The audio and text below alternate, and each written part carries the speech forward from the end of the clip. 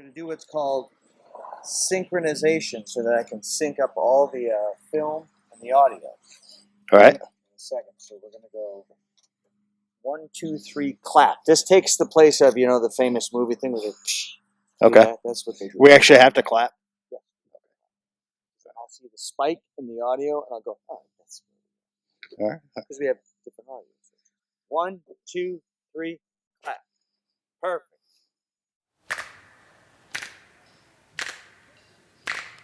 No sense in me guessing what went wrong. No proof of you knowing what is right for me. Well, I'll consume it till it's gone. Oh, I know I got nothing left in me. Why don't you steady the love? Why don't I light in the love? All right. You ready?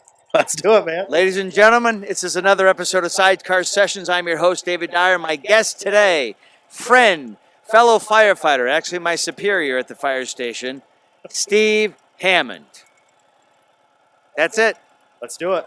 Let's put this mother in gear. Obviously, we didn't get the driveway ready for the show. That's okay. We got a little bit of mud that we're going around. And you are out kind of in the sticks. Kind of in the sticks, man. It's nice out here, though. I like it. Look at that. We got a fire station sign right there. Whose fire station's up here? Right Talmadge? Right Talmadge, otherwise known as Mard. Do you ever notice those signs where they let you know about an upcoming fire station? The little guy that's in that picture looks very vulnerable. Very. Kind of out in the open, not really enclosed, has kind of a Expose the dorky hat elements. on. Expose the elements, absolutely. A lot of ways he could fall out. That's how they used to be, man. Yep. You are from the Grand Rapids area, right? Yep, just I grew up about 3 miles north of here. Kenowa Hills High School. Absolutely. The Fighting Black Knights, is that the name of the... I'd say just the Knights, but yeah. Just the Knights? Yeah. What sports did you play in high school? I did track and field and football. Okay. Let's address the track and field. You have told me not a sprinter, Not a sprinter, not a distance runner, shot put, and discus. and sometimes the fat man relay. I used to have to do that too. They'd throw us in just for points, the mile relay. That's right. And you complain about it and they go, you could do one lap for God's sakes. Why did they not have javelin in high school track? I don't know. I always wondered that. Or hammer throw. Yeah, the hammer throw too. Yeah, They do that in the Olympics, don't they? they do. So you go to Kenowa Hills High School. You graduate what year? 2000. 2000. Okay, that's way after I graduated. 2000. You get out of there in 2000. What happens after high school? Do you say, hey, I'm going to college, I'm going to do this, or do you go right into the fire service? I took about a year off, and High school got into you pretty hard? yeah, You take that gap year between that and college? I took a year off between college and ended up being about 16 years. Yeah, about 19 years old, I got hired as a paid-on-call firefighter in Walker. Okay. Now, what was the reason for wanting to do that? Is there a family history of people in the fire service? Something you just were interested in? What happened? There's a short family history of fire service, but a longer family history in military and PD. Okay. Yeah, so the fire service always just interested in me. Give back, you can serve, opportunity to serve your community. So you become a paid-on-call with Walker, which is, for those people who are watching and don't know, I am a paid-on-call with our township, Grand Rapids Township, which means you're kind of always on call. You kind of go to what you can. You don't have to make it everything, but you go to what you can. And we obviously do some shifts at the station, but you're kind of always on call for it. Absolutely, yep. So you do that with Walker for how long? I was with Walker for a total of about 6 years. Okay. Well, it's 2006 I got hired at the township. Did you, when you started with Walker, was it different than you expected, better, worse? What were the perceptions when you first started the fire service? It was a lot different than what I had expected. It was a great experience, and great guys I worked with there. Yeah. The ball busting was very prevalent, which helped me, and it just acclimates you to the fire service. Really, Right. really good camaraderie. That's one of the things I think of. A lot of people kind of saw the way we are around the station and everything, I mean, I don't want to say, people would be like, oh my gosh, the things you guys say to each other, but you have to understand, there's a camaraderie that develops with you and the other firefighters. And I think it's just a fun, tight relationship because you got to realize you guys are going to be in situations, very dangerous situations together, and there has to kind of be that bond. Very accurate. Yeah. So we usually pick the one thing you can't change, and that's what we need to win on you. Yes. What has been mine so far? Is it the age thing? No, mostly no hair. No hair. Lack of hair. Constantly letting people know where I'm going to be. I think that's kind of a... Yeah, overheating pumps. That was my fault and wasn't my fault. We've been through this. Very true. I was not at a stage where I should have been on the pump, and nobody had ever told me I had to let that one lever out about halfway when the water wasn't getting used. When you started at Walker as a paid-on-call, did you at that point say, okay, this is something I want to do full-time, or did that kind of develop over time? Actually, I wanted to be a cop because of my family history with being police officers. Right. But I developed a love for the fire service, and I mean, it was after my first fire, I said that was it. That first fire is just an incredible adrenaline rush, isn't it? Absolutely. Now, what was your first one? It was on a street called Manning Street in Walker. Okay. And I was on the first team in to go and extinguish the fire. It was a single-story ranch, manufactured home, and we just had a hard time getting to the source of the fire, which was in the attic. The first fire I was in was the Arbor Chase one, and that was about 2 weeks after I was out of the academy. Okay. And it couldn't have happened at a better time because you just kind of got thrown into it right away. But the hard thing was during the academy, we never did any live fire training, so you really don't know what to expect until that first fire. Yep. And you get your SCBA on, and you get in there, and you can't see anything, and there's a lot of smoke, but you kind of go, all right, I can breathe, I feel fine and everything, and you sort of settle in. You're kind of like, all right, let's do what we got to do. And you certainly don't want to see somebody's property go up. It's the fire service is a weird juxtaposition because you want to do what you're trained to do, right? But you also don't want to see anybody lose their stuff or get injured. Exactly. And so when you get called on to do that stuff, the excitement kind of takes over, and you're like, let's do this, let's do a good job. And I tell people, a friend of mine makes fun of me about it all the time, and I'm like, listen, who do you want putting out the fire at your house? Me, who can't wait to get in there? Or some guy who's scared shitless who doesn't want anything to do with it, That's true.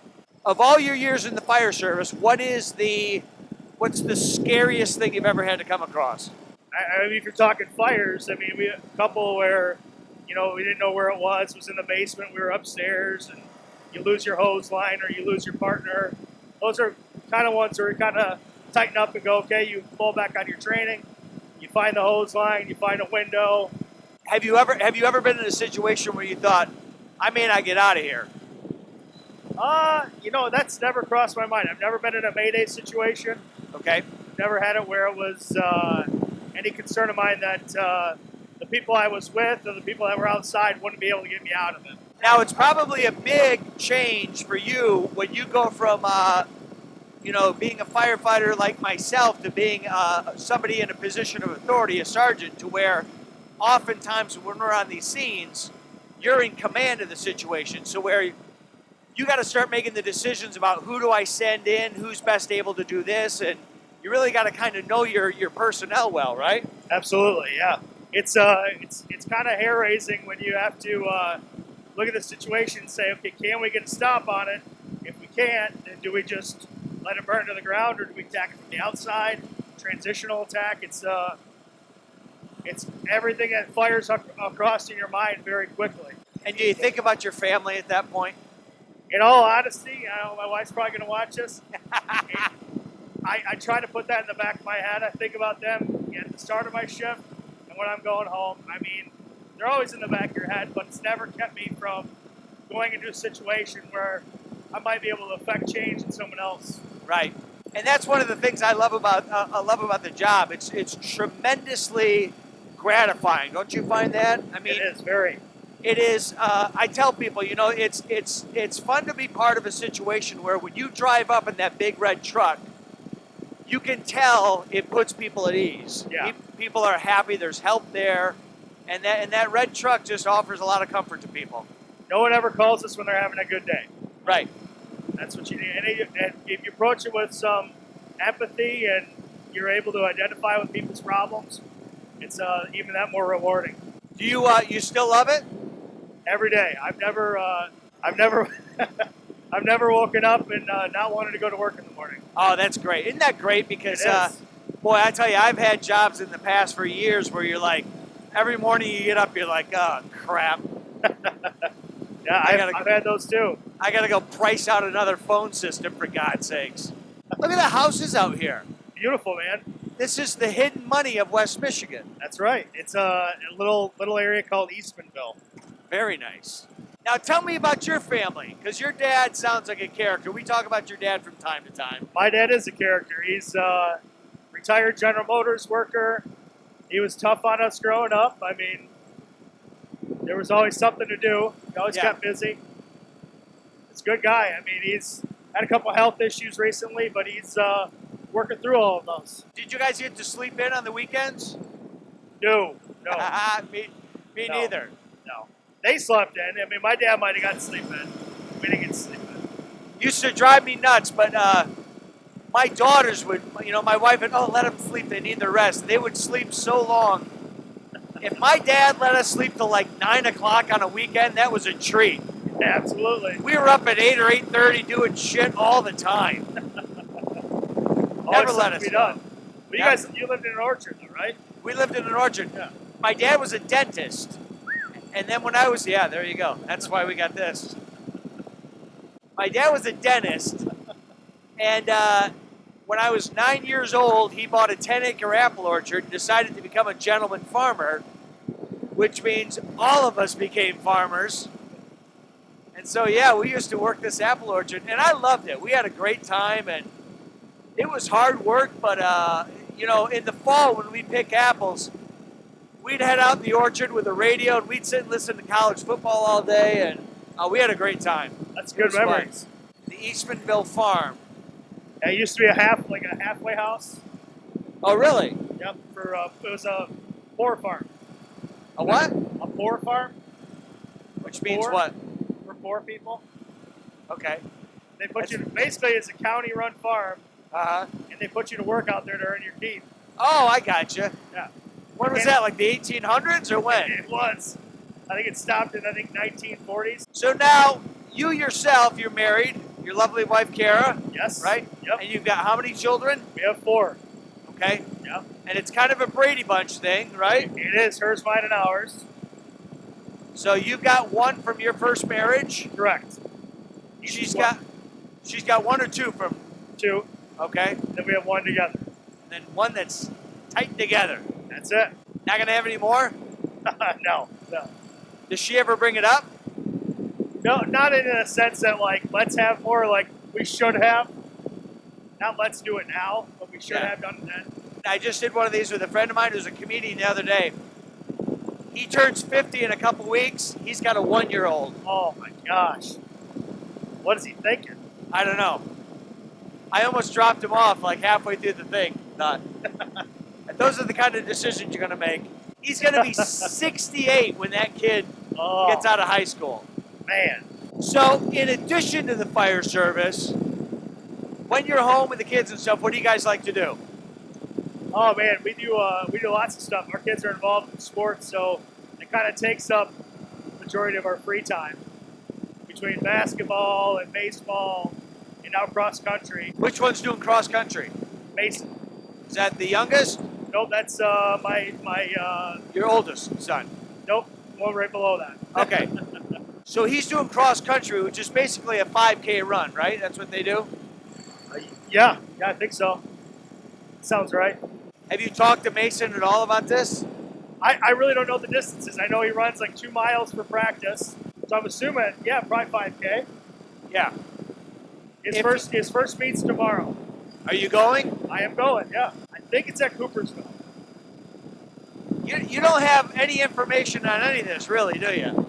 I can look at the calendar and go off my wife puts on there. Yeah. That's about it. Any of them play football? None of them play football, man. Is it because they don't want it, or you think society is kind of poo-pooing on football these days? I think it's because they don't want to. Now, I loved playing football when I was younger, didn't you? I did, yeah. It just, I think, in a way, a lot like the fire service, that camaraderie, the teamwork. That's exactly it. I loved being with a bunch of guys and knowing we had one common mission. I think it's kind of a shame. I know the concussion thing is a real issue. It's something that needs to be addressed, but man, to me, there was nothing like playing a game on his Friday night. It was just the best. I agree. Did you ever date a cheerleader? I did. What was her name? Come on. She's not watching. I got 12 watchers on these things. Oh, she'll watch this, I bet. Did it end badly? No, I mean, it's a high school relationship. Oh, I'm sure it probably did for her. Oh, She probably wasn't too happy about it. oh, did you dump her? I don't know. I don't remember these things, man. Yeah, you do. That was 20 years ago. I dated a cheerleader named Heidi Gorman. She was my girlfriend for a while in high school. Until she decided my friend Kevin was a better option than me. I'll never forget, I worked in William Klein's men's store in North Kent Mall. And about a week after she dumped me, her and Kevin were parading around North Kent Mall hand in hand. Now, I'd like to say I'm a pretty intuitive person, so I got the message. Are you enjoying this? Good time, man. Are you warm? I'm fine. Yeah, perfectly good. Okay. Are you nervous at all in the sidecar? I don't think so. No, not really. You drive this better than you do fire trucks, so. If I'm being honest. Maybe that's because I got somebody yelling at me in the passenger seat for every mild mistake I'm making. Like, get moving, we got a car on fire with somebody in it. And God forbid we rush to those. My foot is to the floor right now, baby. And I apologize for that. I apologize. No, you don't have to apologize. I don't care. Well, I did. You were crying. Boy, we just passed through an area where they use that pig urine for fertilizer. That's potent, isn't it? Very potent. Now, one of the things I like about when we work together and just our friendship is that you are a very big fan of comedy. I love comedy. Now, when did that start? From when you were a kid or what? You know, I was anticipating this question, so I was actually thinking back today. Okay. The first comedy special I ever remember watching was with my dad, and it was we watched Sinbad. Oh, really? It was a Sinbad stand-up special in Atlanta. Benton Harbor native. And Harbor native. As of right now, like, who are some of your favorites? I like Bill Burr. Bill Burr is one of my favorites. Very funny, yep. You know, you kind of introduced me to the Brian Regan. I hadn't seen him before. Regan's great, isn't he? Brian Regan's hilarious. Brian Regan is the guy who makes you laugh the way you wanted to laugh. Like, he makes you feel like you're a 9-year-old kid That's it. when you're watching him. It's the Very best. true. It's the faces. It's everything. Yep. His inflection's on point. We've talked about this. Have you ever thought about getting on stage? You try to convince me to. I mean, I've thought about it, but I don't think I'd ever do it. A friend of mine who I've done one of these with, who's a photographer, he's done 2 short sets before, and he said of all the years he's photographed celebrities and all kinds of things, and he said it was the 2 scariest things he's ever done in his life. Really? Was getting on stage, trying to make a room full of strangers laugh. I believe it. I'm envious of your ability to get up on stage in front of strangers and do that. Oh, thanks. So I do something kind of well. Yeah, I mean, yeah. Do you use humor to resolve conflicts between you and your wife? I attempt to. I think it's really funny. She never finds it very funny. We have a brand new chief at our station. We do. Very good guy. Very good. I think he's gonna do a good job. Now, you have got your degree in fire sciences, right? Correct. Is that what it's called, fire science? I have an associate's in fire science and a master's degree in fire administration. Okay. So, would that be your goal eventually, is to do a chief's position somewhere? Yeah, I think it would be. I think, kind of like similar to how he's done it as like, end of your career. Yep. Eventually, I wouldn't mind being a chief, yeah. No problem being in charge of people? You should know the answer to that. Yeah, I do know the answer to that. You guys ever play Spring Lake in football? No. Did you? It's our opening game every year. And how were they? We beat them every year. Did you? Yeah. They're more of a swim school. I would say that's accurate. Maybe They Crew. No, we always used to open them up against Grand Rapids Central. Okay, the Rams. Yep, and we used to play them sometimes down at Hausman Field. You know, you think, oh, great, we're playing on AstroTurf, and then you realize there's like no padding under this AstroTurf. So we're basically playing in a parking lot with carpeting. That's exactly it. What position did you play? Offensive line. Tackle, guard, Offensive tackle. okay? I played Left tackle or right tackle? left. Okay. That's the big money position. You know that, right? Blind side. Keeping the quarterback safe. I played, now get this, I'm 5'6".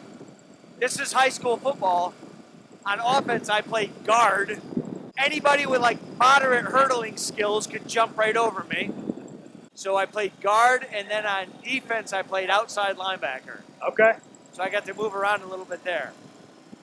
The guard position actually makes sense for you so small. Kind of sneak behind everybody. Yeah, like jumping out of the bushes. Yeah. Yeah. Take it by surprise. I used to love doing the pulling guard, like on a trap or a counter play. Yep, because you get that linebacker in that hole, thinking he's got a free game. And then kaboom! Yep. Good times. Just come right on his angle. Yep. Now, what do you want to talk about? Anything you want to ask me? Any advice I can give you? I mean, I love hearing about your comedy shitholes you played. Oh, there's been some shitholes. Yeah. There's a town I used to do a gig in years ago, in a town in Ohio, the other side of Cleveland. And the gig was in this building. It was the most surreal kind of building. When you walked in, there was kind of this old theater to the left, and that's where you did the show. Okay. But if you went to the right, there was a tanning salon and a bikini shop. But you stayed in a house behind the place that the guy owned, and you stayed upstairs, and in the basement, his parents lived in the basement. And they were both deaf, and so they were just yelling at each other the whole time.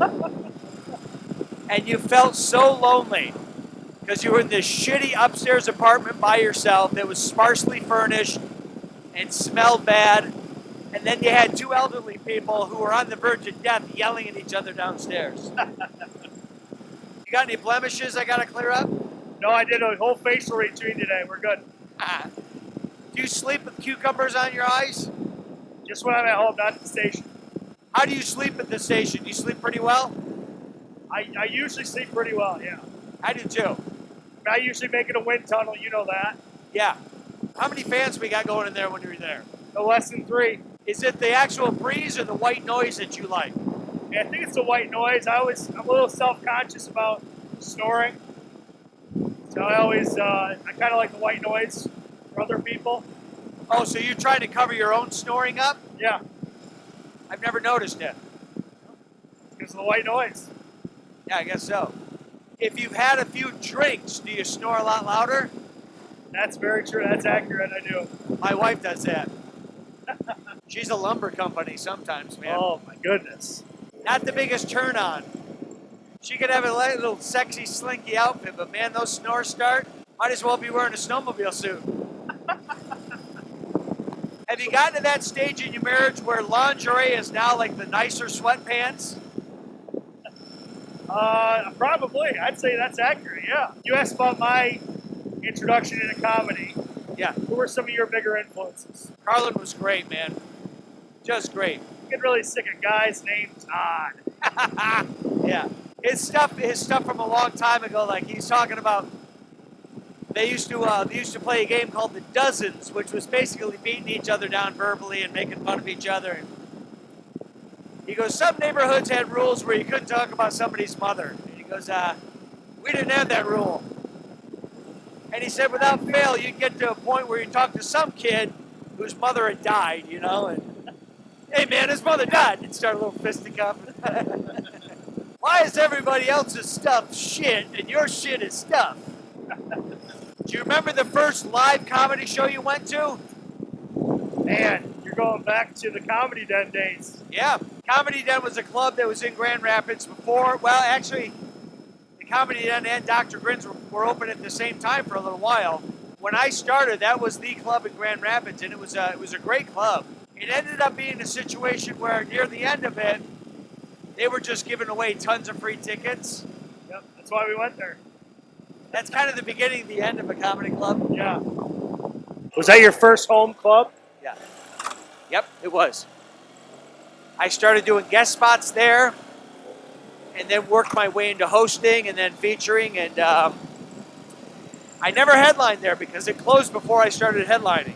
Who was the biggest act you've ever opened for? Drew Carey at the Comedy Den. Oh, okay. I opened up for Drew Carey there. But the biggest act I probably ever opened up for was, I opened up for Sebastian Maniscalco a couple years ago at Laugh Fest. Oh, all right. And I opened up for Lewis Black a few years back at the Meadowbrook Music Festival. That was a lot of fun. Does that impress you at all? I'm a Lewis Black fan, yeah. Okay. It's impressive. So what's next for Steve Hammond? In the fire service, you have to stay current with everything. So I go to schools. I like to go to different trainings and stuff. Do you have anything that you can remember is like a day or an incident or an event that sticks out as like one of your best memories of being a firefighter? Man, to me, it sounds so cliche, but there's been so many. I don't know if I can pick one. Right. Well, you have to. That's the nature of the question.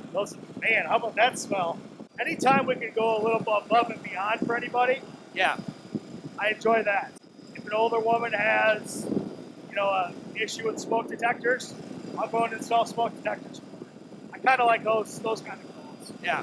I love that too. I love just the little things where you can help somebody and just, make their day better, make their life better, just the little tiny things. Yeah, and anytime, anytime the doors are open to the station, and somebody comes out from the park to see us, Yep. love doing that too. Yeah, I love showing the kids the trucks. Yep. Anytime we're out and about, go grocery shopping or getting food or something, same way. Yeah, when people acknowledge what you do, it feels good, doesn't it? It does. And I like the fact that they know we're there. We're ready to do whatever we got to do, and it's a really good feeling. Like I said, there's never been a day I woke up and didn't want to go to work. Does your wife ever get nervous about the fact that you're a firefighter? If she does, she doesn't tell me about it. Do you think any of your kids have any interest in being a firefighter? I think the youngest might. They always have that, every kid when they grow up. Yeah. I want to be a police officer, a firefighter.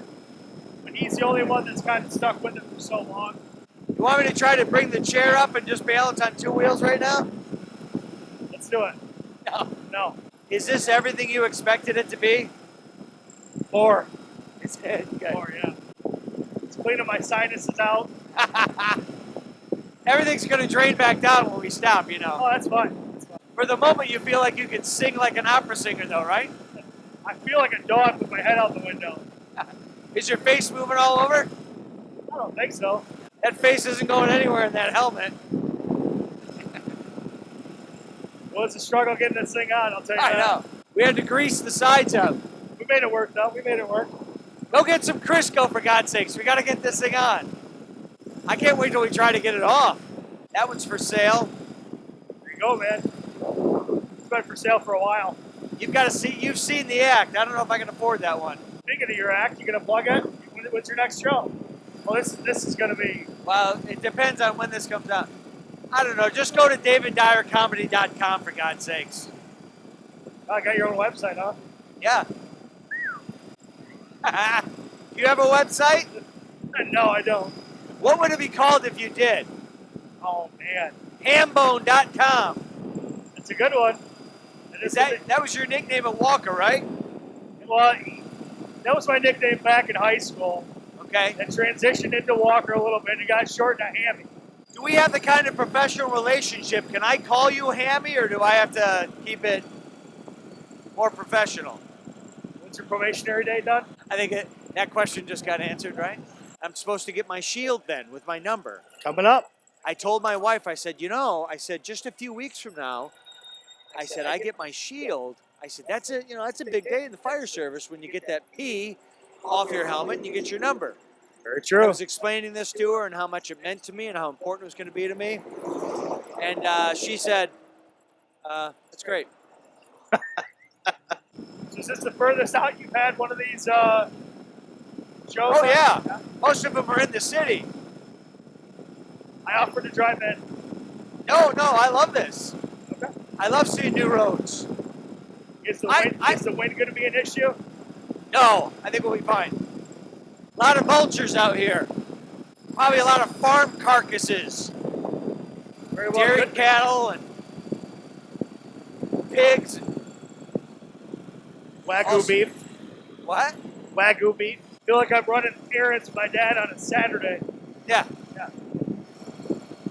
We're going to Look stop out, at the that's hardware store. I got to get some screws. And you're not getting a candy bar. We just had breakfast, all right? If you ask for something, I swear to God. There's 4 boys in my family. When we would go on vacation, every time we'd stop somewhere, my dad would say, no souvenirs, mementos, or other miscellaneous and sundry materials. That's wonderful. Every single time. Basically, don't even ask. I'm not getting a bunch of shit. Where was the big vacation spot you guys went to? Did you guys go all over? We used to vacation with some family friends named the Simmons. And Mrs. Simmons was a teacher, and she used to plan these great trips.